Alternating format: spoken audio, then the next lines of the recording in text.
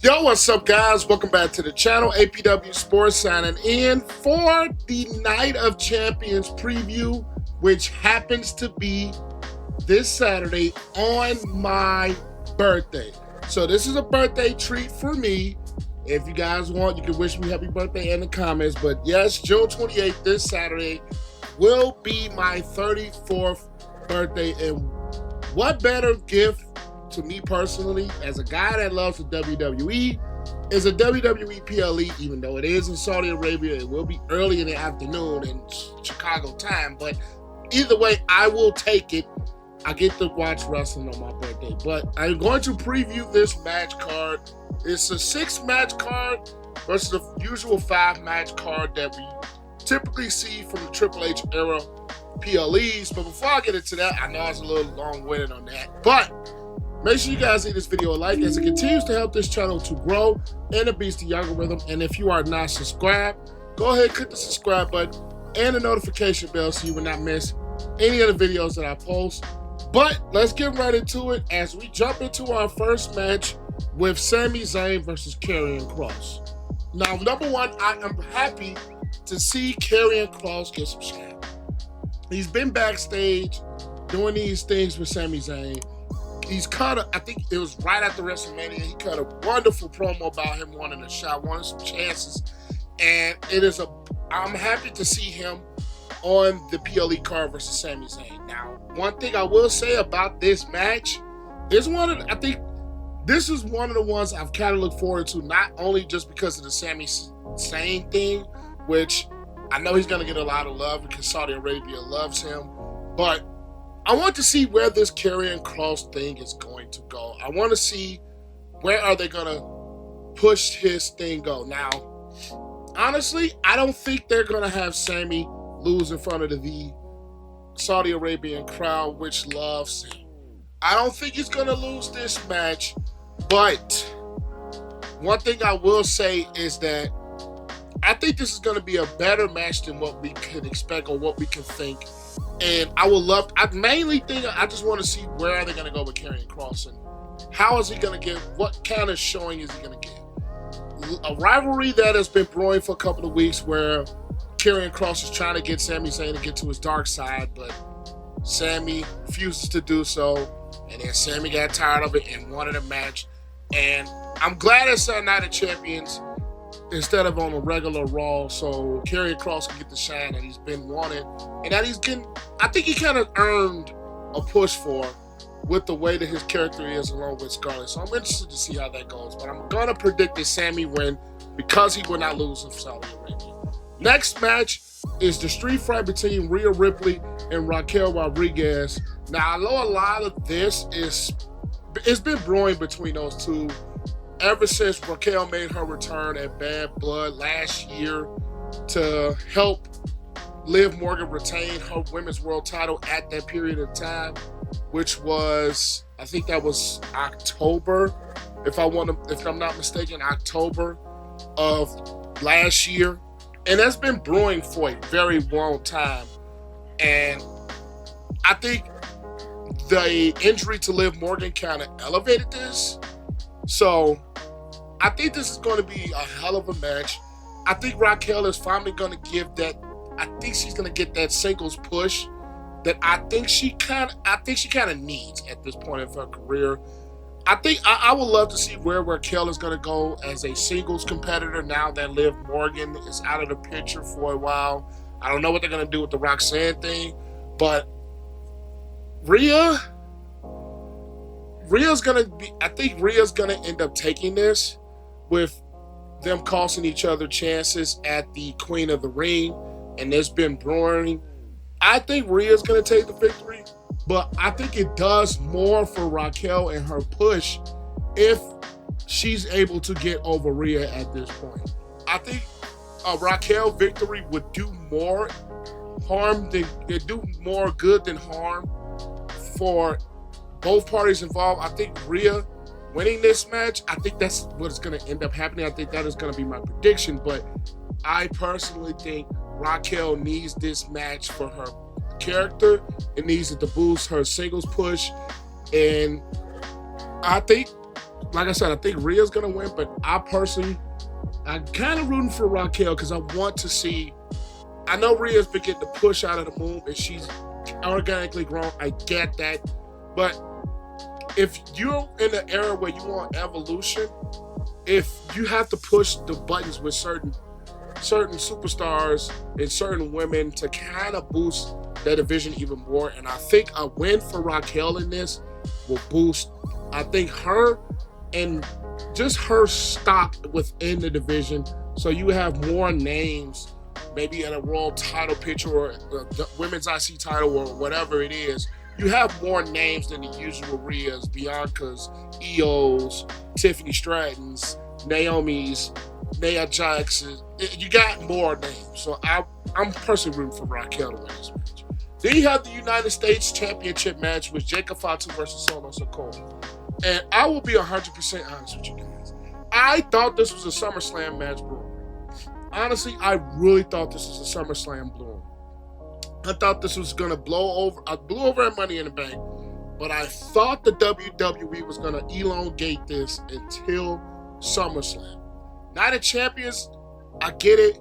It's so sudden. I don't think the WWE gave this rivalry or gave Fatu turning on Solo, I think, enough time to cook, enough time to tell a story, enough time to brew and manifest itself into the SummerSlam match, which I thought that would have been a route that they were going to go. But I just don't see, with how Jacob has been presented and what Solo has been the last couple of weeks with JC Mateo, I think the only way that Solo wins is if he gets a debuting member of his own faction to come and help him in the picture. That's the only way I think Solo is going to come out of here with a victory, especially the way that the WWE has been pushing Jacob.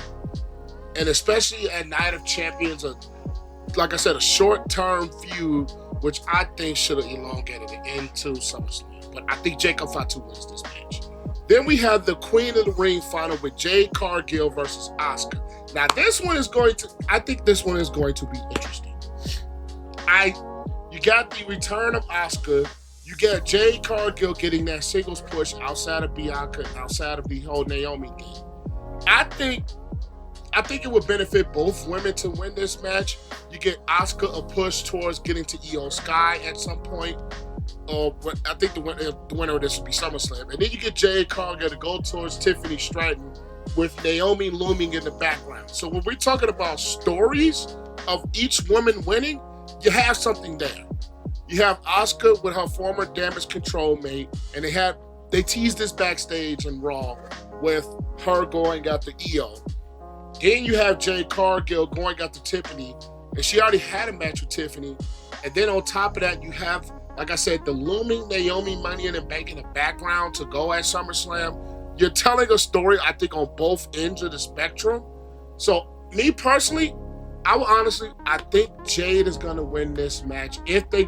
I think Jade is going to win this match to go on to SummerSlam, and Naomi is going to be brewing in the background with her hair tone, which I think is getting a lot of praise. So I think Jade Cargill wins this, and it continues the Naomi feud. And I'm not going to say expecting, but if Bianca returns soon, I think that could play into a Jade Cargill win in this match. I'm not going to say Bianca returns here, but a looming return of her could play into this whole triangle feud with her, Naomi, and Bianca. So I'm going to predict Jade to win this match. Then you have the King of the Ring final with Cody Rhodes versus Randy Orton. And I am going to be honest. This is a match that also has been brewing for some time, that Randy Orton has been 1-15. Cody Rhodes wants to get his revenge back at John Cena. And at this point, I don't see Randy Orton winning this. I don't. I think they're going to tell a story of Cody getting his get back or trying to get his get back at John Cena at SummerSlam. I think they want to make up for the disappointment that was the WrestleMania 41 match. Maybe The Rock gets involved, but I'm not pushing that narrative. Maybe Roman, I don't know. But in this match, I think this is going to be a good match. Cody versus Randy, this is something we haven't had probably since the breakup of the Legacy. I think that was like 2009, 2010, somewhere around that era. And I think this is going to be a very good match. Randy Orton, the way they marketed Backlash, I just don't believe he's going to win this. Because they said it was marketed as one last tag between these two long story rivals. I just don't see Randy Orton winning this. I think Cody Rhodes win this, and then they tell the whole story about Cody Rhodes getting his get back at John Cena. I think that's the route they could go. And then speaking of John Cena, you have the undisputed WWE Championship match with John Cena versus my boy, Chicago's own CM Punk. Now, I'm glad I get this particular match is the one I've been waiting for because I have an attachment to this. Obviously, because CM Punk is from Chicago. I was at the 2011 Money in the Bank, which I think was one of the best matches that was not WrestleMania that I have personally ever seen. And then I was in the actual building for that. I know this is 14, 15 years later, but we get this match again. We had John Cena cook up a pipe bomb promo that was epic. We had CM Punk cook up promos on Cena that was epic. And they have been building this match right, cooking with chef. It's been a chef's kiss. But I just don't see John Cena losing this right now. I'm personally hoping CM Punk, they pull it from under us and have CM Punk win this match. I personally want CM Punk to beat John Cena. If anybody I personally want to beat Cena, it is CM Punk. Cody Rhodes would be great, but I personally would want CM Punk. We have the whole story of John Cena wanting to leave the WWE with the title. Same thing CM Punk did in Money Bank in 2011. We had the pipe bomb promo that John Cena copied from CM Punk leading up into that match at Money in the Bank in 2011. They have been cooking with grease with this. I just don't see a way that John Cena loses this, even though I am going to be rooting for CM Punk. But I hope this shapes up to be a great night. It would be lovely for me on my birthday. So my predictions before I get out of here would be Sami Zayn to beat Cross, Rhea to beat Raquel, even though I'm rooting for Raquel, Jacob to beat Solo, Jade to beat Asuka, Cody to beat Randy, and John Cena to beat CM Punk.